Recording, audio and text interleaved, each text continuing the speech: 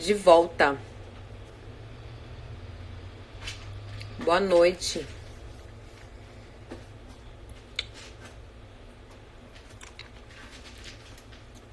Tô com bala, gente, mas é pastilha, tá?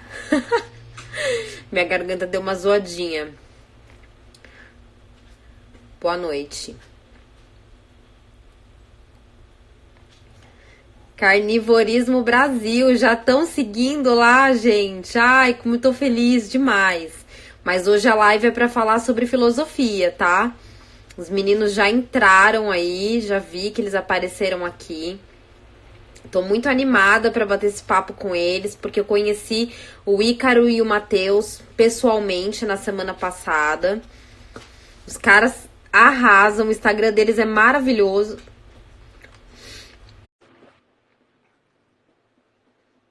Tô animada para esse bate-papo. Top o tema de hoje, né? Falar sobre filosofia. Entramos? Meninos, tudo bom? E aí? Boa noite, gente. Tudo bom? Já fomos introduzidos aqui, pelo que eu ouvi. Adorei, de chapeuzinho e tudo, todo estiloso ele. Tem que ser. Chapéu de filósofo. Maravilhoso. Só pra contar, a gente tem um hábito aí, o Matheus, de caminhar quando a gente tá conversando, então a gente tá fazendo live andando. A gente tá no Shopping Iguatemi e a gente vai caminhar e conversar com vocês pra falar sobre estoicismo. Nossa, mas vocês vão parar o Shopping Iguatemi, é isso que vocês querem, né? É um belo hábito. A gente quer seguir o mesmo princípio dos estoicos originais que falavam pro público. Eu quero que todo mundo ouça o estoicismo, sabe? Então a gente vai falar para quem tiver para ouvir aqui, é isso. Maravilhoso. Ainda bem que vocês estão no shopping vazio, não estão no metrô de São Paulo, né? Exato, o metrô seria impossível. O metrô daria para ouvir a própria voz, pensamento. Exato, aqui já tá um pouco difícil. Mas é bom, a gente vai evangelizando aí. Mas é exatamente igual o pessoal fazia na época, de ensinar estoicismo aberto, né? Na famosa Stoa Polaic, enfim, aberto pra galera. Então, um belo hábito compartilhar assim. Bom, então de uma forma inusitada, gente, começamos a nossa live, os meninos estão caminhando pelo shopping, levando estoicismo para quem quiser ouvir. E eu vou querer que eles se apresentem, então, antes de mais nada, digam aí, quem são vocês? Começa aí, Matheus.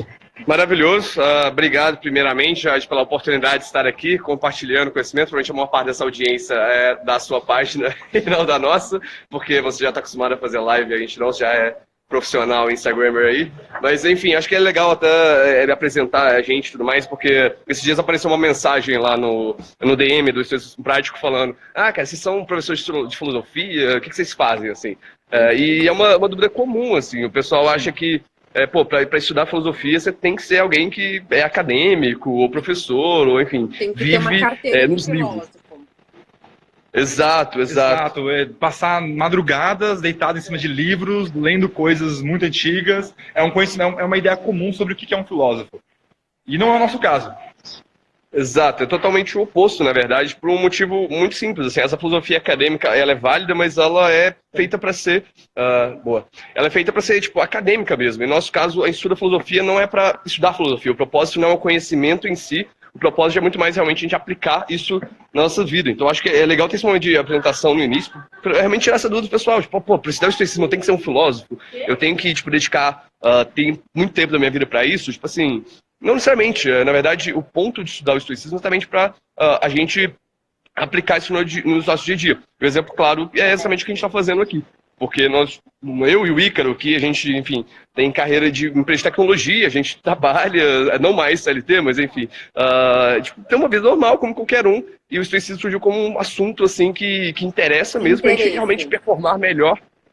Exato. Pra gente performar melhor, assim, no trabalho, enfim, com família, em diversas questões que muitas pessoas não percebem, assim, que dá até uma conexão ali. Então... E é legal, não tem como a gente desconectar apresentar a gente de como a gente conheceu o estoicismo, como a gente começou a estudar o estoicismo. Isso é um ponto muito legal. Tanto eu quanto o Matheus, a gente tem uma bagagem maior aí de marketing digital e mundo corporativo, vamos dizer assim. E eu particularmente eu tinha uma dificuldade bizarra com o mundo corporativo, que os dias passavam muito rápido, as noites não davam para descansar, eu acordava de manhã mais cansado do que o dia anterior, e era uma oportunidade legal, mas não funcionava, né? Assim, parecia que era muito tempo gasto para pouco resultado. E aí eu estava sempre culpando coisas de fora, eu estava sempre olhando para o que estava além de mim, fora do meu controle, dizendo, se eu tivesse numa empresa X seria melhor, se eu tivesse mais tempo seria melhor. E foi conversando com o Matheus, inclusive, a gente já é amigo de longa data, mas foi conversando com ele que ele jogou uma frase de Epicteto assim na mesa, eu nem sabia que era de Epicteto na época, e ele falou, cara, tá aí o problema, você está se preocupando demais com coisas que não estão no seu controle. E foi aí que eu comecei a estudar o estoicismo para poder... madura para você, né? Porque é algo não, foi que incrível. É tão óbvio, mas quando você ouve, dá um estralo, né? Exato, e é muito engraçado porque a minha reação, eu acho que ela foi muito parecida com a reação de muita gente que ouve o estoicismo no primeiro momento. Eu fiquei muito puto, eu não fiquei feliz. Não foi, nossa, que ótimo que agora resolveu. Foi assim, como assim a culpa é minha? Eu fiquei, poxa, como assim a culpa é minha, né?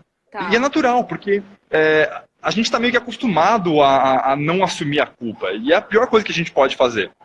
E aí quando eu comecei a ler um pouco mais do Epicteto, aí sim eu entendi um pouco melhor. Né? Porque eu entendi aquela frase clássica dele, que não são as coisas que acontecem com você que te causam sofrimento, mas é a forma como você lida com elas, como você julga elas.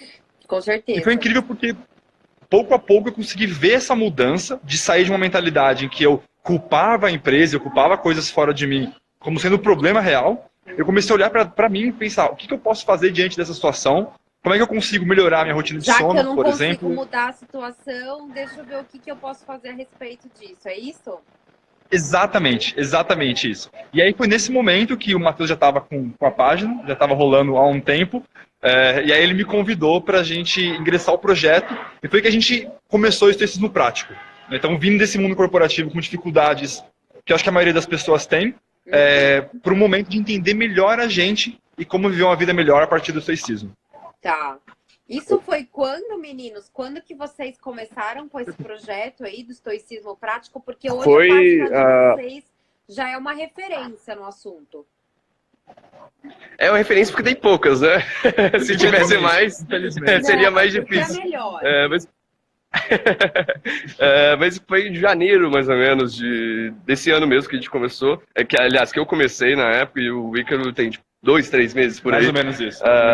Foi mais ou menos isso. Mas até o Ícaro estava falando a questão de como que ele conheceu o estoicismo, né? No meu caso, acho que também complementa bastante isso, porque apesar de eu ter começado a página em janeiro, na verdade eu conheço o estoicismo há bastante tempo. Eu conheci a partir da terapia cognitivo-comportamental, que eu comecei a estudar quando eu estava na depressão, suicida, lá em 2015, muito tempo atrás. Daí que eu comecei a estudar o estoicismo. Isso é a prova perfeita de que para estudar o estoicismo você não precisa ser alguém acadêmico, você não precisa ficar na cadeira de filosofia, não precisa estudar isso na faculdade, assim. Inclusive, uma coisa engraçada, a maioria dos estoicos não eram professores de filosofia. A grande maioria. Assim, o fundador, ele era um mercante, Sêneca era um... para vocês darem alguns exemplos aí para o pessoal de como surgiu essa filosofia, se vocês sabem dizer quando que surgiu. Sim, o estoicismo que a gente conhece hoje, porque existe um problema. Muito do que a gente tem hoje é o que sobrou ao longo dos anos de documentos sobre o estoicismo. Então, possivelmente, ele pode ser mais antigo, pode ter muito mais gente, só que hoje a gente só conhece o Zenão, por nome, porque o Sêneca fala dele, o Sêneca, que foi um dos maiores estoicos que a gente conhece, o Epictetus e o Marcos Aurelius. Tem mais, né? Tem o Crícipo, tem mais alguns, mas são autores que não sobrou muito, não sobrou nada, na verdade. Eles, então, tudo que a gente tem são citações deles no manual do Epicteto, nas cartas do Sêneca, mas que a gente não sabe que é citações no geral. Então, na prática, o que sobrou foi basicamente os 3. Então, o que a gente sabe sobre o estoicismo é o que a história preservou dele, é o que não se perdeu ao longo do tempo. Tá. Mas o que a gente conhece originalmente é que Zenão de Sítio, que foi o fundador do estoicismo, ele era um mercante, ele era um mercador, e aí ele tinha o hábito de atravessar de barco a península para poder levar mercadoria de uma cidade para outra. E aí, um belo dia, ele estava atravessando, e aí o barco dele naufragou, ele passou por uma tempestade. Tudo, literalmente tudo, foi por água abaixo. E aí ele até brinca, tem um historiador da época que falava sobre Zenão, ele brinca que Zenão disse, depois de naufragar foi que ele mergulhou na filosofia. Né? Depois que ele perdeu tudo, foi que ele de fato entrou a fundo e ele conseguiu mergulhar. Contato contato com as obras de Sócrates, ele foi parar em uma biblioteca, não foi isso? Exato. Ele estava... Foi um dos navegantes que estavam com ele, recomendou que ele fosse para uma livraria, para uma biblioteca da época, Tá. e ele começou a ter contato com esses textos do Sócrates, né? Ele começou a ler. E foi ele que, segundo o Diógenes, que é o historiador que fala sobre ele, diz que ele se apaixonou pela filosofia e ele começou a criar a própria escola dele. Disse que, na verdade, parece que ele mencionou assim, a vida queria que eu fosse um filósofo com menos coisas, né? Com mais conhecimento e com menos coisas. Exatamente. E muito desse desapego material que ele pregava vem muito dessa perda dele, né? Ele perdeu tudo que ele tinha de material, foi literalmente por água abaixo, e aí ele encontrou uma oportunidade muito maior. De certa forma, ele já estava aplicando uma das lições do estoicismo, né? Que é a lógica de você amar seu destino, amar o que acontece com você. Justamente aí, quando ele naufragou e perdeu tudo, já ele aplicou isso antes de, enfim, esse conceito existir, né? Como dentro do estoicismo e tudo mais. E aí, já que vocês estão num shopping, então, e eu não sabia que vocês estariam aí, então deixa eu fazer uma pergunta aqui. Hoje a gente vê que as pessoas estão sempre procurando ter mais, né? Ao invés de estarem preocupadas em ser mais.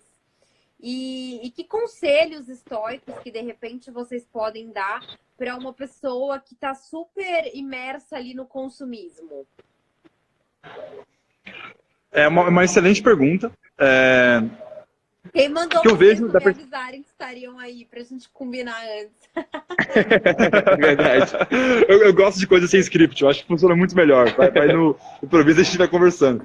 Mas eu acho que a principal lição que os estoicos eles dão, inclusive tem uma carta muito boa do Sêneca, ele falando com o Lucílio, que ele diz justamente, o Lucílio criticaria ele, como é que ele pode dizer para o Lucílio não se apegar materialmente, se o próprio Sêneca tinha uma casa muito grande, comia excelentes refeições, tinha muitos funcionários trabalhando para ele, ele tinha uma vida muito boa.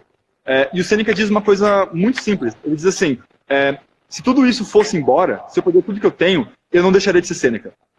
Então o que ele diz a forma como ele entendia que essas coisas que ele tinha, elas poderiam vir a ser úteis. Então, não é como se você tivesse que se livrar de tudo que é material. Basicamente o quanto aquilo pode te abrir mais possibilidades. Mas o conselho que eu dou quando você se apega a um material, você está se apegando a algo fora do seu controle. Então, todas as coisas que são materiais, que você compra, que você consome, elas vão acabar por definição. Possivelmente antes de você. Muito antes de você, na verdade, né? Um celular vai acabar muito antes de você, uma roupa que você compra ela vai acabar muito antes de você. Então, quando você coloca em cima do material quem você quando essa coisa acaba, o que sobra de você? Então, o meu conselho não se apegue a coisas que estão fora, apegue-se a coisas que estão no seu controle, que basicamente é você mesmo. E complementando isso aí, muitas pessoas acabam apegadas muito no consumismo, por um motivo muito simples, elas não percebem que elas estão sendo consumistas, assim, é uma coisa muito básica, porque acaba ficando todo mundo tanto piloto automático ali, que não tem controle mesmo sobre os próprios desejos, por exemplo. Então a pessoa tá no shopping ali, tá na loja, como que eu viro a câmera aqui, ó? Tá nessa loja ali, quero comprar. Exato. Quero comprar uma bolsa daquela loja e tudo mais. A pessoa não consegue identificar que aquilo é um desejo dela e que ela tem controle sobre o desejo dela. Ela, acha que não, é necessário. Não passa a separação clara do que tá dentro do controle e fora do controle. Acho que essa percepção, do que realmente está no nosso controle ou não é o primeiro passo, assim. Porque na prática ela está usando de uma coisa que está sob o controle dela, o desejo, para afetar algo que não está sob o controle dela, que é a opinião das pessoas sobre ela, assim. Então é essa falta de percepção que acaba levando esse consumismo muitas vezes. Tem uma coisa que eu até postei no meu Instagram lá do Epicteto, que é bem parecido com o que o Ícaro falou. Que ele diz assim, você não pode se vangloriar pelas coisas que você tem. Né? Então, por exemplo, porque acho que ele cita um exemplo de um cavalo, ele fala, porque o cavalo é forte, porque o cavalo é grande, porque o cavalo é rápido, porque o meu cavalo é um campeão e etc. Você está se vangloriando por coisas que você tem, né? Mas e quando você tira tudo que você tem, o que você é? né? Então, se tira um relógio que é de marca, se tira uma bolsa que é de marca, se tira um carro top que você tem do ano, se tira a sua casa maravilhosa, etc. E te deixar desnudo, né? Te deixar sem essas coisas. O que sobra? Quem que é você de verdade? E isso foi, assim, muito legal quando eu li. Eu falei, nossa, que perspectiva, né? Que essa pessoa tinha para escrever sobre isso. Isso que é interessante no estoicismo, inclusive, se conecta com outro ponto, assim, que ele acaba sendo útil para muitas pessoas em situações muito diferentes, assim. Tipo, por exemplo, o consumismo para mim nunca foi necessariamente um grande problema, assim. Hoje, eu, obviamente, sou muito mais minimalista do que eu era, mas nunca foi algo assim que, pô, eu sou extremamente consumista, não consigo controlar meus desejos de comprar coisas para, enfim, tentar afetar a opinião das pessoas. Nunca aconteceu tão forte assim.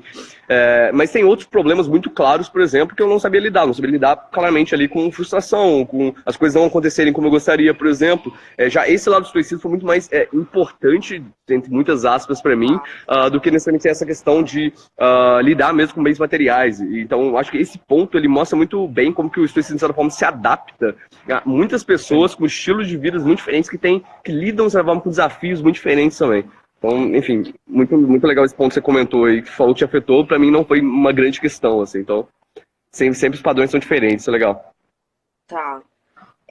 Eu queria saber, assim, o pessoal costuma perguntar, por exemplo, quando você entra em uma religião, e estoicismo não é uma religião, uma escola filosófica, né? Mas existem alguns preceitos ali que você vai seguir. Para quem está entrando no estoicismo, quais são os preceitos ali, as regras, se a gente pode dizer assim, que a pessoa deve observar se ela quiser implementar o estoicismo como um estilo de vida? Legal. Antes de entrar nessa questão em si, eu vou deixar o Ícaro falar aqui, porque ele fala melhor que eu. Gosta de pôr o chapéu. É verdade, ele tá sem o chapéu agora. Mas tava cobrindo o rosto. Tem um ponto muito legal antes de entrar na questão dos princípios e tudo mais, porque sempre que eu falo sobre essa questão dos pilares do estoicismo e tudo, eu fico sempre com receio de parecer que, cara, o Ícaro, a gente é expert nisso, a gente aplica nisso todo dia, a gente nunca falha, nós somos os sábios perfeitos lá, e isso claramente não é o caso, assim. Aplicar o estoicismo, ele é um desafio em si. Então isso é sempre um ponto de atenção que é legal compartilhar, porque isso parece que gera expectativas. As pessoas perguntam, cara, você sempre estoico? Como que é? Não, na verdade é só um exercício constante de tentar aplicar esses princípios. E, inclusive, o próprio Sêneca, ele era uma pessoa que lidava com essa dificuldade, assim. Ele tem a carta 27 dele, ele começa exatamente assim, falando pro Lucílio. Cara, não é porque eu tô... Ele falava cara, né? Seria muito engraçado se tivesse cara na carta do Sêneca. Mas ele falava pro Lucílio, eu tô oferecendo, assim, recomendando esse remédio aqui, mas... não é porque, tipo assim, cara, eu sei de tudo, eu sempre tomo ele. Não, eu tô falando pra você como desculpa pra eu falar pra mim mesmo. Ele termina começa, aliás, a carta exatamente com essa frase, assim. Eu tô escrevendo essa carta pra você como desculpa pra eu escrever essa carta pra mim mesmo. Então, antes de a gente entrar nos princípios, é legal deixar esse disclaimer. A gente não aplica isso sempre, não é tão fácil assim, não é porque a gente tem uma página no Instagram sobre que isso se torna natural. A gente tem a página, na verdade, para exatamente forçar a gente a vivenciar mais deles. E nem pro Sêneca era tranquilo aplicar sempre, então não há porquê ser pra gente também. Dito isso, por favor. Tem uma metáfora muito boa, Jade, que eu gosto muito. Não é dos estoicos, do Nietzsche, mas eu adoro essa metáfora, que eu acho que serve pro estoicismo. Ele diria que o estoicismo não é meta, ele é ponte. Ou seja, você não pratica o estoicismo para virar estoico. Você vira estoico para viver uma vida melhor. Então o estoicismo não é como se você tivesse que estudar durante tanto tempo para virar um estoico. A partir do momento que você se propõe a observar seus próprios comportamentos, a entender quais são esses princípios que permitem viver melhor, você já se tornou estoico. Mesmo se você falhar um dia, se você tiver consciência sobre isso, você já está mais perto daquilo. Então, os estoicos, eles tinham como princípio, o objetivo máximo da vida, eles acreditavam que você tinha que viver feliz. A felicidade era o objetivo máximo da vida dos estoicos, e eles chamam a felicidade de eudaimonia, como eles chamavam, que seria essa felicidade máxima que você pode ter. E para eles existe um único momento em que você pode ser feliz assim, que é no presente, que é no agora. Você não consegue ser feliz no futuro, você não consegue ser feliz no passado. Porque se você é feliz no passado, você não é agora. E se você está adiando a felicidade para o futuro, você está deixando de vivê-la. Então você está perdendo aquilo que você tem de mais importante, que é o momento presente. Eu gosto muito de fazer essa distinção, porque eu tinha muito como posso dizer, essa confusão mental de acreditar que eu só seria estoico o dia que eu soubesse tudo sobre o estoicismo. Ou de que eu só seria X quando eu soubesse tudo sobre isso. Né? E na verdade é justamente sobre o caminho. É justamente sobre como caminhar melhor para que você consiga viver bem todos os dias. E não somente quando você conquista algo. Né? E aí, esses princípios, eles não são exatamente 10, não é como se eles tivessem escrito 10 tábuas e a gente tem que seguir. Não foi algo assim. Mas se a gente pegar os livros deles, assim, os contos dos estoicos, né, as cartas deles, e for traduzir, a gente consegue traduzir bem em 10 principais fatores, né, 10 princípios originais. O primeiro princípio, eles chamavam de viver em arete. Arete é uma palavra grega, eu não sei traduzir literalmente para o português, mas seria algo como o melhor de você mesmo. Seria como viver o melhor que você pode todos os dias. Nossa, então, demais isso, hein? É um pensamento muito forte dos estoicos no sentido de, no final do dia, olhe para tudo que você viveu e pergunte-se se você viveu da melhor forma como você poderia. No final do dia, olhe para você e pergunte, eu fui o melhor que eu podia ser nesse dia? Ou quando você começa uma ação, seja qual for, vamos pegar um adolescente indo para a escola. Ele não tem muita escolha de não ir para a escola, né? É a condição dele naquele momento. O que ele pode fazer é ser o melhor aluno possível naquele momento. E já que ele está vivendo aquele momento, ele tem que viver da melhor forma possível. Né? Como eu estava lá na empresa há um tempo atrás, com dificuldade. Se eu estava indo para lá, então eu teria que ser o melhor Ícaro possível lá. Trata-se de estar sempre o máximo de você. Isso é muito legal, porque isso tira um pouco daquela sensação de, putz, eu acho que não vale a pena eu fazer isso, ou, já que não é o que eu gostaria de fazer, então tudo bem fazer mais ou menos. Não é essa a ideia. A ideia Nossa, se você vai fazer, faça o melhor que você pode. Que meu pai sempre falava pra mim, que era assim, não importa se você vai ser cientista da NASA, ou se você vai ser catadora de lixo, mas seja melhor naquilo que você se propor a fazer. Né? Então é um conselho que hoje eu entendo, falo, nossa, o quanto meu pai era estoico e não sabia, porque vários conselhos que ele me dava estão muito relacionados com o estoicismo. Isso já é um ponto que eu acho que muitas pessoas que estão assistindo a live vão pensar, nossa, eu já era estoico e não sabia. É muito provável, porque tem muitos comportamentos que a gente tem no dia a dia que eles são admiráveis, mas eles não são reforçados. Assim. Nem todo mundo fala, nossa, parabéns, você foi estoico, né? Mas quando você para observar isso, seu pai era estoico e não sabia, né? Nesse sentido. Eu imagino que muitas pessoas vão passar por isso também. De ser o melhor não é só com questões profissionais, mas principalmente com o trato com pessoas. Então, eu queria que vocês comentassem um pouco sobre isso, porque eu acho que a gente está perdendo algumas habilidades, principalmente de concentração. Né? Então, você tá, por exemplo, eu tô aqui conversando com vocês e eu tô realmente me dedicando a isso, né? Mas acontece muitas vezes de a gente ver em mesa de restaurante, casais e filhos, e tá cada um falando com uma pessoa, e me parece que essas pessoas, elas não estão vivendo no presente, elas não estão se relacionando bem com pessoas que estão ali na frente dela. O que você acha, um paralelo aí que vocês consigam traçar disso com os ensinamentos estoicos para a gente melhorar nesse sentido? Tem uma lição muito legal do Sêneca. O Sêneca, ele adorava o Catão. Catão foi um imperador, não foi de Roma, mas foi um grande imperador nas épocas clássicas. E ele dizia que mesmo Catão se dava a desculpa de vez em quando de beber vinho. Vinho para os romanos seria o que o celular é para a gente hoje, sabe? Porque eles, quer relaxar, vai tomar vinho, sabe? Era mais ou menos isso. E o nosso celular hoje, ele é muito bom porque a gente consegue encontrar informações muito facilmente, a gente tem tudo que é útil pra gente, só que ao mesmo tempo, eu duvido que tenha alguma pessoa que desbloqueie o celular e tem uma coisa que ela não goste lá. Sei lá, vai ter uma frase que você não gosta. A gente não coloca isso. Então, o que isso acontece, fazendo um paralelo, quando as pessoas estão naquela conversa, conversar com uma outra pessoa significa você precisar empatizar. E precisar empatizar é você transcender a si próprio, muitas vezes, para entender o outro. Né? Então você tem que estar aberto, muitas vezes. Estar aberto para ouvir coisas que às vezes não são tão boas é difícil. E o que é o celular? O celular é algo que te reforça o tempo inteiro. Você vai abrir o seu celular e, putz, vai ter ali, você vai abrir o seu Facebook, seu feed do Facebook ou do Instagram, tem coisas que você curte, que você gosta, que você segue. Você vai abrir o YouTube, tem coisas que você gosta. Você vai... Tem sei lá, jogos no celular que você gosta. Então, esse paralelo de perder a concentração, eu acho que ele vai muito de encontro com a dificuldade de lidar com os próprios desejos ou com a dificuldade de lidar consigo mesmo, que não é fácil. Né? Você lidar com seus próprios medos, com as suas próprias inseguranças, com aquilo que te assombra, não é tão simples assim. Né? Vocês acham que o celular, por exemplo, coloca a gente numa bolha de conforto? Como é que é? Vocês acham que o celular, as redes sociais, acabam colocando a gente em uma bolha de conforto, né? Onde você está recebendo sempre o conteúdo de coisas que você já conhece, de coisas que você já... como é que eu posso dizer? Confirma, sabe?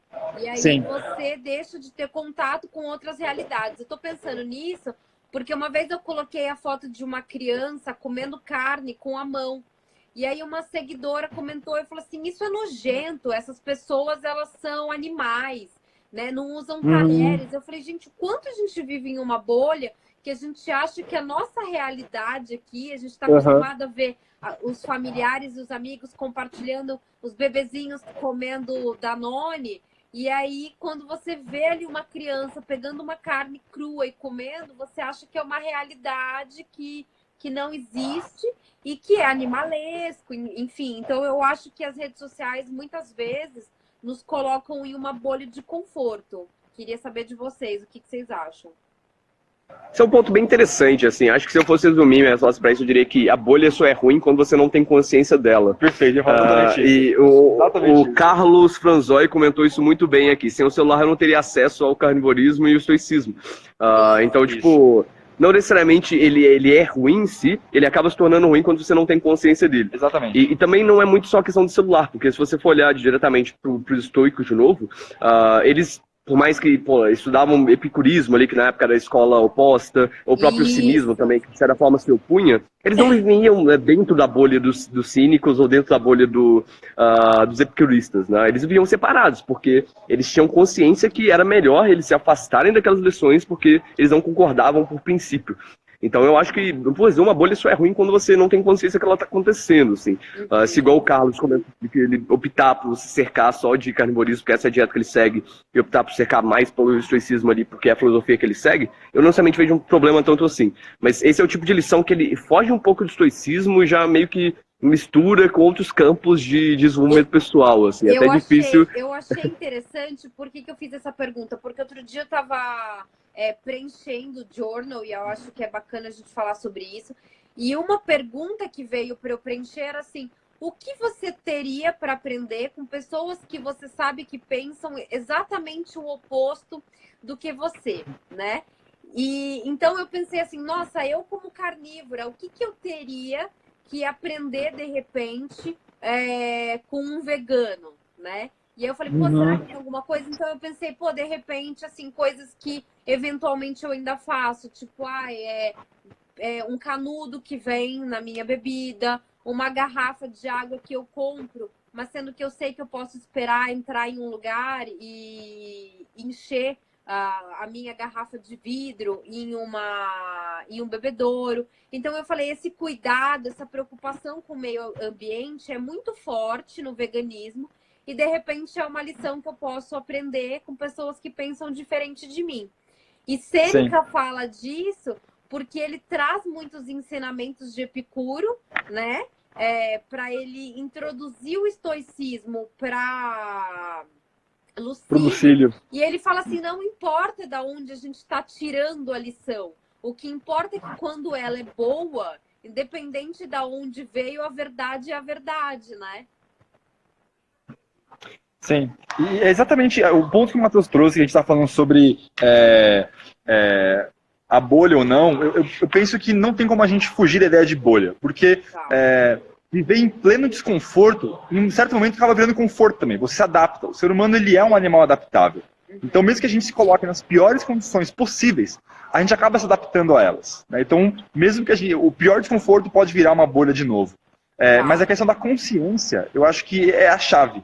Inclusive, nos discursos do Epícoro, do Epícteto, os discursos dele, ele abre, a primeira lição é justamente saiba diferenciar as coisas que você tem controle das que vocês não têm controle. E o que eu gosto muito dessa lição não é necessariamente sobre só saber o que eu tenho controle ou não, mas é o ato de ter consciência, é o ato de olhar para si. Então, as lições dos estoicos, elas são muito mais baseadas em boas perguntas do que boas respostas. Por exemplo, vamos voltar no exemplo do consumismo, né? Vou comprar uma bolsa. Não é se a bolsa em si ela é boa ou não é, mas é o quanto que eu preciso dela. O porquê que eu preciso dessa bolsa. Talvez você compre ela depois do tempo. Talvez você se faça perguntas e compre ainda. Não é parar de comprar essas coisas. Mas o ato de se fazer essas perguntas te dá mais clareza sobre se aquilo é algo que você está fazendo para fugir de você, se você realmente precisa daquilo. Aquilo te abre um horizonte muito melhor e te permite dialogar melhor com isso. Né? Então, por exemplo, você comentou sobre aprender alguma coisa com os veganos também. Né? Naturalmente, você vai estar muito mais cercada de carnívoros do que de pessoas que não são, naturalmente. Sim, você tende a se aproximar mais de pessoas que seguem a dieta. Mas você ter consciência de que existem outras formas de também fazer e que talvez hajam lições é a chave. Então, a partir do momento que você tem consciência, você se permite ir atrás de mais conhecimento. Ir atrás de coisas novas te abre mais conhecimento. Maravilhoso.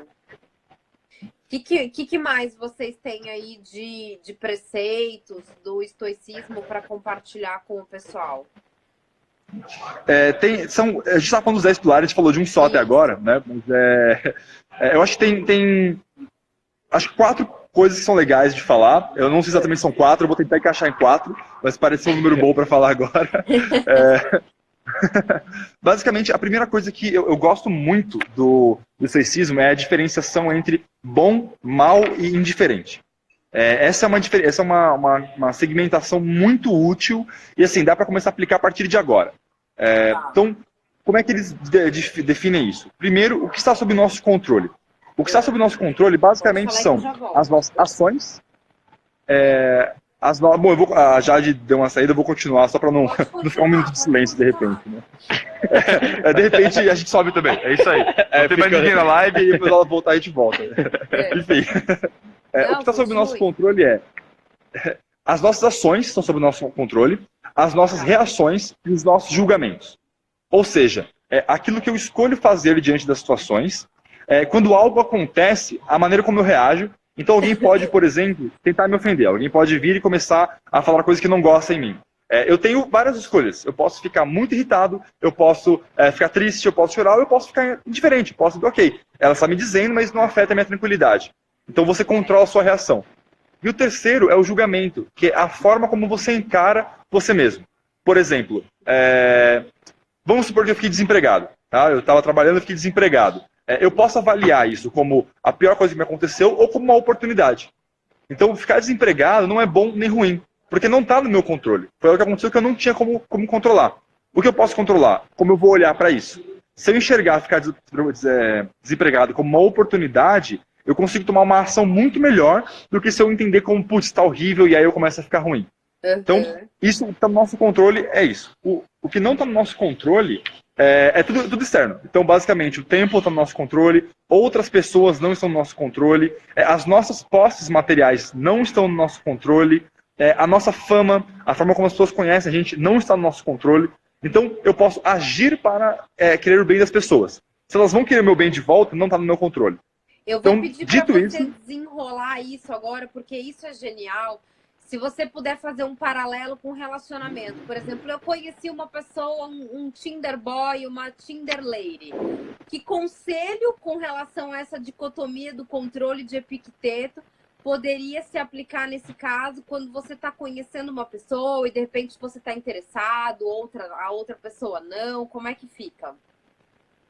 Isso é muito legal, porque quando a gente tem 2 instâncias agora, eu vou separar, não é uma categoria pré-feita, eu vou criar agora essa categoria, a instância virtual e a instância real ou física. Por que essa diferença? Porque no virtual, quando a gente começa a mandar mensagem para alguém, eu não estou aqui, assim, atrás do celular tem todo o shopping. Ou seja, o mundo está acontecendo enquanto eu estou aqui na live contigo. Se a gente vai para uma conversa de celular, eu vou mandar mensagem para você. Eu não tenho nem a menor garantia que você vai responder. Não é como se você tivesse a obrigação de me responder aquela mensagem na hora que eu quero. Não tem como saber se isso vai acontecer ou não. E muitas vezes as pessoas sofrem pensando, putz, a pessoa não gostou de mim, ou eu mandei mensagem errada, ou fica cobrando a pessoa de responder. Cria uma relação tóxica como se tivesse estado ali naquele momento. Isso foge da dicotomia de controle, né? Isso vai para aquilo de você querer controlar o comportamento da outra pessoa. E o virtual isso acontece muito mais, porque, um exemplo muito besta, às vezes eu recebi a mensagem e acabou a bateria. Eu vou ter que esperar carregar o celular para poder mandar de volta. Tênica diz que a Se eu gente não tenho sofre mais na imaginação do que na realidade. Exato. Se eu não tenho essa tranquilidade de saber que eu não controlo o outro lado, eu vou entrar em pânico, porque a pessoa vai sumir pelo menos por umas, sei lá, 2 horas. Vamos supor que ela está num lugar que tem carregador. Né? A pessoa vai sumir por o tempo de carregar o celular.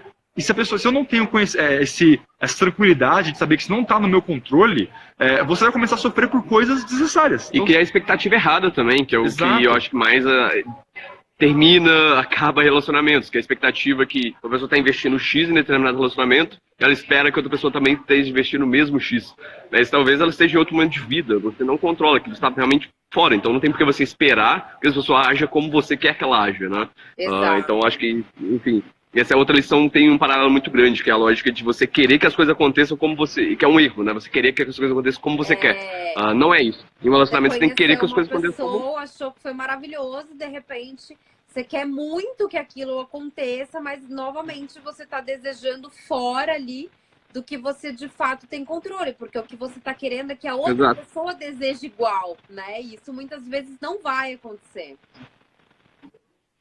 Tem uma frase muito boa do Epicteto, que agora acho que vale falar. Ele diz, entenda as coisas como elas são, né? Ou melhor, não deseje que as coisas aconteçam como você quer, mas mas deseje as coisas como elas aconteceram. Basicamente, agora a gente vai para a instância do físico, né, da interação real. E a gente vai para aquele momento do restaurante que as pessoas estão mexendo no celular ao invés de falarem umas com as outras, né? Quando eu espero que a pessoa converse o mesmo assunto que eu, quando eu espero que ela sinta a mesma coisa que eu estou sentindo, eu estou querendo controlar algo que está fora do meu controle de novo, né? Eu estou querendo que a pessoa ela reaja da forma como eu espero que é o ideal para ela se comportar, para ela agir. E aí a gente conecta isso com aquela lição do Arete, que é ser o melhor de você mesmo. Se você está naquele momento e você está dando o seu melhor para aquele momento, a chance de você ter um retorno positivo é muito maior do que se você quiser controlar. Exato. E se as duas pessoas, naquele momento, elas estão dando o melhor de si mesmas, o resultado é muito mais positivo. Né? Então, basicamente, no relacionamento, você não consegue controlar como que a relação acontece. Você não tem controle sobre como que o casal vai se comportar. Sobre como é que o casal vai criar hábitos. Você não tem controle. Você tem só controle sobre o quanto que você vai se dispor a entender a outra pessoa. E como o Pedro comentou ali também, quanto você se esforça para ter esse diálogo, né? Igual ele comentou, é exatamente isso, assim, a ação de você dialogar com a pessoa, claramente suas expectativas, por exemplo, está sob seu controle. Mas se a pessoa vai seguir o que vocês combinaram durante esse diálogo, isso já não está mais dentro do controle. Porque, enfim, depende de outros fatores. Mas você claramente está aumentando a chance das coisas acontecerem ali, de certa forma, por isso. E aí, no final, vamos supor que o relacionamento, mesmo que você dê o seu melhor, ele acabe, não é o fim do mundo. Porque, de novo, é algo que está completamente fora do seu controle. Só o que você pode fazer compreender os motivos, talvez, que tenha acabado, olhar para si o que você aprendeu com isso, o quanto que você conseguiu se engrandecer e continuar, sabe? Muitas vezes as pessoas, inclusive, uma vez eu recebi uma mensagem no DM lá da nosso perfil, a pessoa ela pediu uma ajuda porque ela tinha dificuldade, ela não terminava porque ela tinha medo de se ver sem a pessoa, ela não conseguia se enxergar sem a pessoa, mas ela também não gostava de como estava continuando, de como é que estava indo o relacionamento, né? Ou seja, o sofrimento dela não era de fato do término ou da continuidade, era um sofrimento que ela gerava para si própria, de não conseguir se ver fora do relacionamento, mas um relacionamento que ela não sabia como melhorar ao mesmo tempo. Ou seja, não era o relacionamento que era o problema, era a forma como ela se enxergava nisso, né? Eu estou dizendo isso porque não é como se todo relacionamento fosse perfeito e você é o problema. Não é isso que eu estou dizendo. Mas se você coloca a lógica sobre o relacionamento, na verdade você está olhando sobre a outra pessoa. Sempre quando a gente olha, putz, nosso relacionamento não é legal, você está olhando sobre aquela pessoa não está legal. E não sobre o que você poderia fazer de melhor. E que é o que está sob o seu controle. Tá. Você falou sobre término e tem um macete que eu utilizo, que eu tirei isso de uma lição de Epicteto que eu acho sensacional, que ele fala assim, quando você beijar o seu filho, diga que foi a última vez. Quando você beijar a sua esposa, diga que foi a última vez. Então, sempre que eu estou com uma pessoa, independente de ser um relacionamento, um familiar, um parente, um amigo, etc., eu tento tratar aquele momento como se fosse a última vez que eu vou ver aquela pessoa. Então, eu faço, da minha parte, faço com que esse momento seja maravilhoso, que seja inesquecível. E eu sempre tenho aquela preocupação, poxa, de repente eu não disse o que eu tinha que ter dito, ou eu não tive uma atenção plena com aquela pessoa, eu estava com ela ali, mas eu estava focada em outras coisas, e pode ser a última vez, né? Porque pode acontecer alguma coisa, Sim. ou de repente essa pessoa que está num relacionamento comigo vai dizer, não, olha, acabou, e aí pelo menos eu tenho a compreensão, eu tenho a consciência, né, de que aquilo que aconteceu poderia ter acontecido. Que é Sim. você terminar, E a gente conecta que é com você uma perder. E a gente conecta com uma lição muito boa, que acho que a maioria das pessoas já conhecem, que é o Memento Mori. Isso, que é justamente... que eu queria chegar aí. Exato. O Memento Mori acho que é uma lição muito maravilhosa e, assim, ela é muito profunda em muitos sentidos, né? Porque o Memento Mori, ele pode ser entendido como algo não positivo à vida, no sentido de você pode morrer a qualquer momento, mas na verdade ele é o contrário, né? Os estoicos, eles pensam que hoje pode ser meu último dia de vida, não tem como eu saber, porque o amanhã não está no meu controle. Eu não tenho como prever as coisas que vão acontecer daqui para frente. Eu posso supor, mas não saber o que vai acontecer. E Memento Mori é uma forma da gente lembrar que, de fato, cada ação que a gente tiver pode ser a última. Então, se você não agir, que nem você disse, se não beijar o seu filho e disser que você o ama, né? Se não tiver aquela pessoa naquele momento, você não se dedicar para viver cada momento profundamente, você pode não ter vivido a vida que você tinha. Você pode não ter vivido a oportunidade que você tinha para essas coisas. Então, o Memento Mori, ele é sempre uma excelente ferramenta para a gente lembrar. Se você sei lá, acorda cabisbaixo, sei lá, você acordou e está chovendo muito do lado de fora, e aí você vai pegar o ônibus para ir para o trabalho, em vez de você ficar cabisbaixo com isso, fala, Gabriel, Memento Mori. Maravilhoso. Eu adoro aquela medalha do Memento Mori. Aquela medalha maravilhosa. Mas o ponto é, se você acorda de manhã e você olha para o lado de fora e fala, putz, não tá legal, lembre-se que esse dia pode ser a última oportunidade sua de viver. O que isso impacta? Já que é a última oportunidade, vive da melhor forma possível. Se está chovendo, quer dizer que o ar está menos poluído aqui em São Paulo. Quer dizer que você pode respirar melhor. Né? Sem falar que a cidade fica linda quando chove. Fica aquela reflexão de cima e de baixo, enfim. Ela é poética por si só. O ponto é, se você se lembrar sempre de que o momento presente pode ser o seu último momento, faça dele valer a pena. Faça o momento atual ser sempre o melhor possível. Esteja presente em todo momento que você tiver. Essa é uma lição maravilhosa dos estoicos também. Muitas pessoas acabam desperdiçando a vida somente porque não pensam nisso, não pensam que a vida pode chegar ao fim a qualquer momento, né? E, enfim, só complementando, eu acho que isso é uma lição perfeita tanto para aplicar para a nossa própria vida, quanto exatamente como você falou em relacionamento também. Você não sabe, o mais extremo, que pode parecer até bem mórbido, mas o próprio Sêneca, que o Marco Aurélio fala isso também, porque ele teve 14 filhos, uma parada assim, e perdeu 10, assim, um número bem alto de mortes ali nos filhos dele. E ambos, então o Sêneca também tem disso, mas já recomendando uma pessoa que estava em luto, numas últimas cartas dele lá, que é justamente essa lógica de você meditar sobre a morte do seu filho, assim. Parece muito mórbido, parece muito bizarro, mas é exatamente esse tipo de coisa, como você percebe, cara, talvez meu filho morra antes de mim, por exemplo. Isso vai fazer você aproveitar ele enquanto ele vive muito mais do que se você não pensasse sobre a morte dele. Então, o Epíteto, ele fala, bem brevemente, ele diz assim, quando você disser a alguém que você o ama, lembre-se que você está amando um mortal. Eu acho que isso expressa muito bem. Você não está amando alguém que vai estar eternamente lá. Você tem que ter essa compreensão sempre. Exato. É perfeito. Maravilhoso. E aí, pode falar. Falando sobre essa meditar sobre o fim das coisas, a gente entra numa terceira lição maravilhosa dos estoicos, chamada Amor Fati. O Amor Fati, como a gente conhece, né, esse termo especificamente, ele não é plenamente estoico, ele é um pouco mais contemporâneo, essa forma de expressar o Amor Fati, mas é a ideia de amar profundamente aquilo que acontece com você. né? O Epícteto, eu acho que eu gosto muito dele particularmente, gosto dos três que a gente conhece mais, mas o Epícteto tem um carinho especial por ele. Vamos trocar, então, você administra meu Insta dele e você me dá o acesso do teu. Bom ponto, bom ponto. Mas tem uma coisa muito legal do Epícteto, não sei se as pessoas sabem disso, mas ele nasceu escravo. Na Roma Antiga existia uma relação de, se você não nasceu em Roma, você vai ser um escravo se você morar em Roma. Porque, eu digo assim, você não é filho do Império Romano, a sua família foi conquistada de outra cidade, você vai ser um escravo porque você não tem direito como cidadão. Mas não quer dizer que os escravos eles eram maltratados naquela época, assim, eles só tinham, era como se fosse uma outra condição de vida, sabe? Eles eram uma outra sociedade paralela, eles eram chamados de escravos. E o Epícteto nasceu escravo, e aí o dono dele, né, a pessoa que ele era escravo do dono dele, viu que ele era muito sábio, ele era, na verdade, muito curioso, não era nem sábio. Ele era sempre muito curioso, sempre perguntava demais, sempre indagava demais, ele sempre... enfim, ele era escravo, mas ele queria ser o melhor escravo que ele pudesse, sabe? Ele entendeu a condição dele e queria ser o melhor escravo que ele pudesse, né?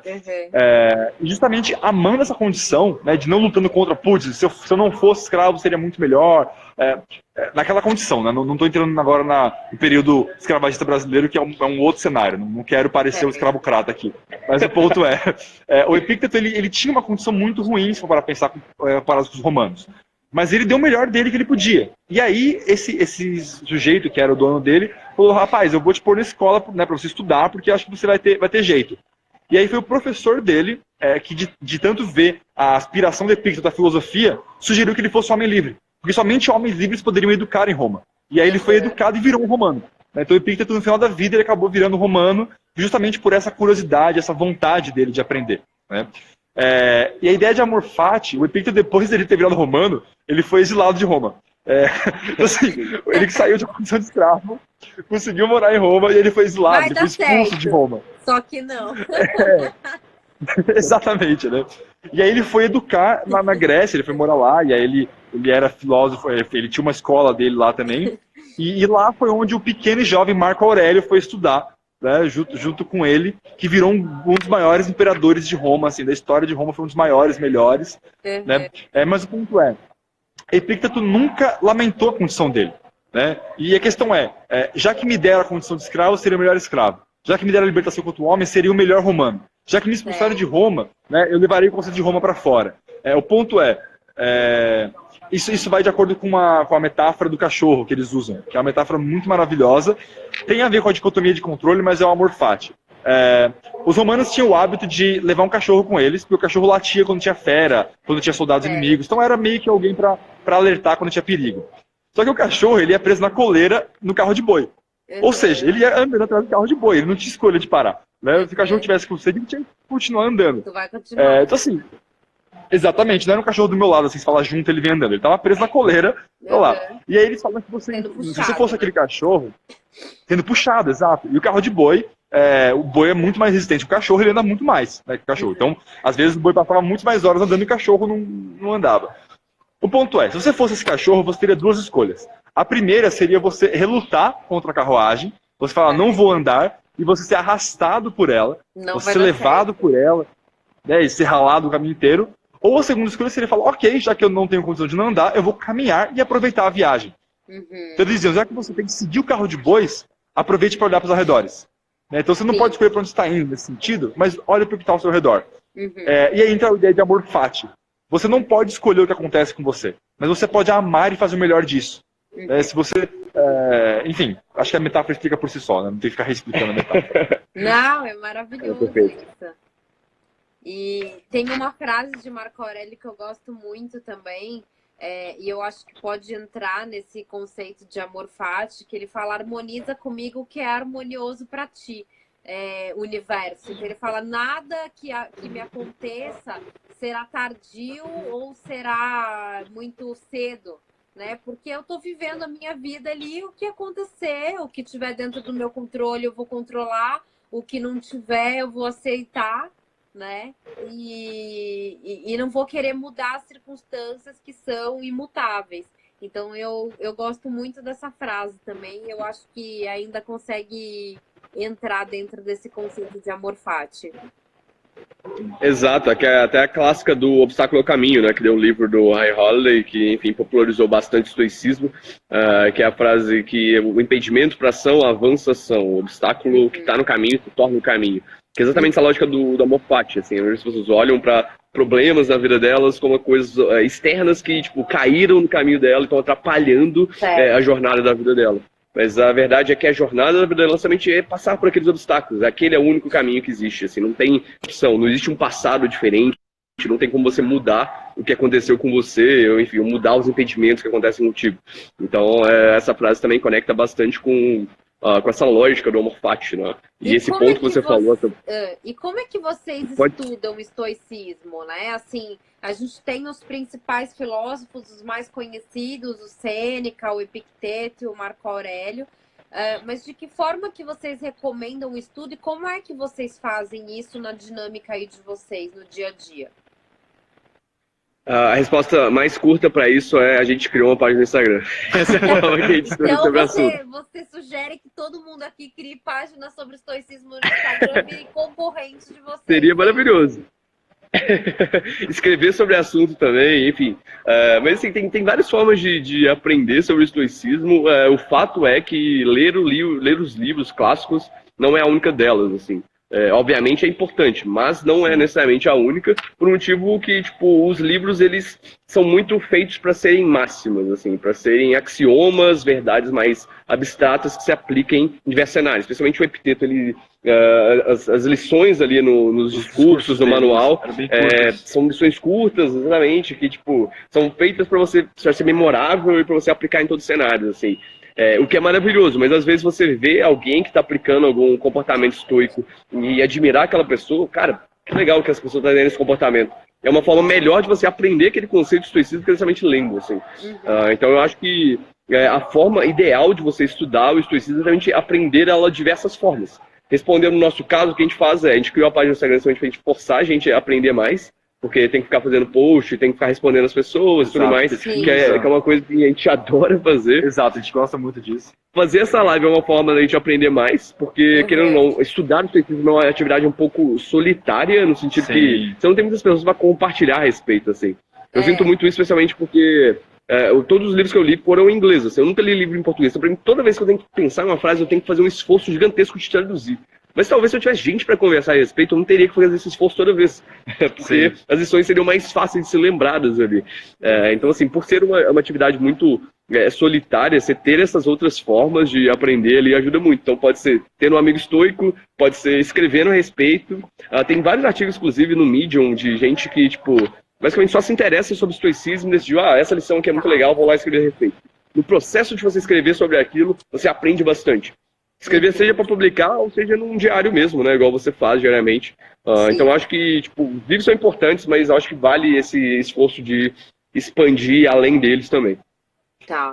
Eu voltando agora um pouco para um caminho que eu acho que pode ser bem útil, eu acho que vale a pena ler os clássicos. Eu recomendaria dois em particular, os discursos de Epicteto e o Marco Aurélio, o Meditações do Marco Aurélio, mais porque os discursos de Epicteto era ele falando para os alunos dele, então ele, na verdade, eram os alunos escrevendo aquilo que ele falou. Então já é um pouco mais digerido, né, o conceito. E o Marco Aurélio é ele escrevendo para ele mesmo. Eu acho que vale a pena você visitar esses dois clássicos originalmente, porque eles te dão um pouco mais de base conceitual. No sentido de, se você chegar na dúvida, será que eu estou sendo estoico ou não? Se você conhecer pelo menos a dicotomia de controle, se você conhecer bom, mal e indiferente, se você conhecer amor fati, se você tiver pelo menos uma ideia do que são esses conceitos, é mais fácil de se orientar. Então, assim, eu acho que vale a pena uma leitura para você, pelo menos, se aproximar desses conceitos, que eles são bem fáceis de pegar, assim, não é um livro que você precisa que alguém explique para você, eles tiveram esse cuidado. Não são conceitos que a gente nunca ouviu na vida, né? São conceitos que já estavam aqui sempre, mas a gente nunca ouviu daquela forma, ou sintetizado, enfim. Você vai acabar lendo e falar, putz, eu acho que eu já faço isso, né? Ou eu fiz em algum momento, você vai conseguir lembrar desses momentos. Mas isso eu acho que é uma boa introdução, é um jeito de você ser apresentado um pouco mais formalmente. Mas a melhor prática que eu recomendo é tenha um diário para você mesmo, assim, tem um livro que você escreve para você mesmo, e não precisa ser uma filosofia gigantesca, sabe? Pode ser, por exemplo, no final do dia, você olhar para escrever no diário, eu ri hoje, sabe? Eu sorri hoje. O que eu me orgulhei de ter feito hoje? Coisas pequenas, sabe? Para simplesmente você lembrar que você está vivo. Porque o estoicismo, basicamente, é lembrar que você vive aqui e agora. Então, ter um pequeno diário, ter um lugar em que você mande mensagens para você, é excelente para você lembrar que agora é o momento para se viver, sabe? Não é daqui a 3 meses, não é no final de semana, quando você vai sair, não é daqui a 2 horas, quando acabar o expediente e chegar em casa. É aqui e agora, sabe? Cada segundo não vivido é um segundo que você morreu. Então, ter esse diário é muito bom. Mas, assim, a melhor forma de todas é ter alguém para você compartilhar essa jornada. Assim, eu acho que isso é inevitável. E aí, quando você lê primeiramente os clássicos, você volta para ler depois, você lê como um amigo, assim. Você não olha para o Marco Aurélio no sentido de que professor. Você fala, nossa, eu te entendo, sabe? É brother, assim. Fala, pô, cara, quando ele fala de levantar da cama, por exemplo, né? Quando ele tenta se lembrar das lições. Ele está escrevendo para ele, era o diário dele, né? Ele queria lembrar de ser histórico todo dia. Você fala, pô, cara, eu te entendo, né? Eu sei o que está passando aí. Então, isso é bem legal. Mas assim, eu e o Matheus, a gente faz isso o tempo inteiro. A gente tem um grupo de WhatsApp que a gente basicamente tem a licença nesse grupo para apontar onde a gente não é estoico. Então, sei lá, a gente manda mensagem. Olha só. Bom, Sim. Primeiro, antes disso, se a live cair, eu queria saber se vocês vão voltar para tirar dúvidas do pessoal. Ponto 1. A gente volta sem problema. Beleza, o pessoal já que tá aqui, tipo, a live vai cair, minha pergunta não foi respondida. Calma que eles voltam só para isso. E aí eu queria saber de vocês exemplos reais de momentos em que vocês acham que vocês foram super estoicos e momentos que vocês falam, cara, hoje eu falhei miseravelmente. Beleza. Quem começa? Essa parte já fudeu. Nós não somos escolhidos, fomos descobertos agora. Agora a gente sai da live, deleta a página e acabou. Eu vou começar da falha, que eu acho que, eu não sei, é mais simples lembrar de falhas, eu acho, do que momentos que a gente foi estoico, especialmente. Mas eu e o Icaro, a gente tá montando uma empresa agora, assim, tipo... então, basicamente, a maior parte do dia a dia a gente tá meio que trabalhando junto, ainda que remoto e tudo mais. E foi muito engraçado, porque em um determinado projeto que a gente estava executando lá, a gente estuda bastante como que faz isso aqui, enfim, não vou entrar em detalhes para simplificar a explicação, mas resumindo, a gente chegou, vamos fazer dessa forma e tudo mais, acho que vai dar certo, e a gente tem esse padrão de ficar muito empolgado com essas coisas. Exato. E na hora a gente ficou super empolgado, é isso aqui, e a vai gente dar falou certo. uma frase que foi matadora, a gente falou, eu não vejo jeito de dar errado. A gente falou isso e aí foi o início do fim, sabe? Exato, exatamente a frase, e foi 2 semanas atrás. E, obviamente, deu errado, porque exatamente porque a gente não pensou no que daria errado, deu errado. E a gente estava com expectativas lá no alto, né? Então, isso foi a receita ali pra a gente se sentir frustrado, né? Que foi exatamente o que aconteceu. Esse foi um exemplo muito claro, porque quando a gente viu, cara, não tá acontecendo como eu esperava. A gente ficou meio, cara, por quê, velho? A gente pensou nisso, a gente estava executando tudo certinho e tudo mais. Aí depois veio o clique ali, que não veio de mim, veio do Icaro. Ele que percebeu isso antes de mim, cara, peraí. O que você está fazendo? Assim, tipo, a gente fez aquela prática de olhar pra gente em terceira pessoa, assim, olhar à distância, que é mais fácil da gente ver os nossos comportamentos errados. Mas acho que esse foi um momento muito claro, assim, de, cara, por que a gente não aplicou o Premeditatio Malorum, por exemplo, de vamos tentar prever o que pode dar errado, para planejar, de certa forma, ali como cenário, eu consigo... Né? Como algo que pode acontecer. Exato. Pra gente se prevenir daquilo ali... Tudo pode acontecer, só que naquele momento a gente estava tão empolgado que a gente esqueceu dessa questão, assim. Isso é muito interessante, porque vocês falam da aplicação do estoicismo em momentos que você está mal, momentos que você está triste, frustrado e tudo mais, mas também dá para aplicar isso em momentos que você está feliz também, que foi o nosso caso. A gente estava muito empolgado, mas isso aí também fez a gente deixar de ser estoico, assim. Esse para mim é um momento muito claro, assim. Agora, do contrário, um momento positivo, tem que lembrar, não vem nenhumamente, não. Nenhum, então vai ter que deletar a página agora. Não tem momento bom, a gente só falha, a gente só fracassa. É só isso, nosso dia a dia. Mas é engraçado porque, pensando sobre o momento positivo, eu vou falar sobre uma falha também minha, mas pensando sobre o momento positivo, eu tava reparando isso esses dias. Isso é bem curioso. Eu e o Matheus, a gente tá pra fazer uma viagem, a gente vai se mudar pra outra cidade. E eu tava morando num apartamento aqui em São Paulo, no centro. E aí, como a gente vai ter um tempo entre pais, durante Se cair a live, a gente volta. Esse período. Tá? E o que é engraçado? Eu tinha muito conflito com os meus pais. Muito conflito. Assim, um conflito bizarramente gigantesco, no sentido de eu ter que sair de casa para não olhar pro rosto deles, sabe? Era muito grande. E assim, eu não lembro quando foi a última vez que eu estive tanto em paz com eles. E não é como se meus pais mudaram, né? Não, agora meus pais são outros. Eles são exatamente da forma como eles estavam, sabe? Porque eles não fizeram um esforço. Mas a paz de espírito é algo que está muito mais presente, essa tranquilidade. Eu acho que a tranquilidade é a palavra, né? Porque não é como se eu pudesse falar, putz, eu deveria ter ficado bravo, mas eu não fiquei, eu fui estoico. Justamente por não conseguir identificar momentos em que eu deveria ter sido. E eu fui, é que eu estou sendo. Justamente por conseguir manter a tranquilidade, a calma, diante de situações que antes eram tão adversas, é o que permite que você seja estoico todos os dias, por exemplo, né? Isso é muito legal, eu reparei agora, porque o contraste é muito grande. Em outras pequenas coisas também tem acontecido, mas esse é um grande contraste que eu tinha e que hoje está muito pequeno, assim, tá quase imperceptível, sabe? E é muito legal de sentir isso, né? De você sentir essa grande mudança.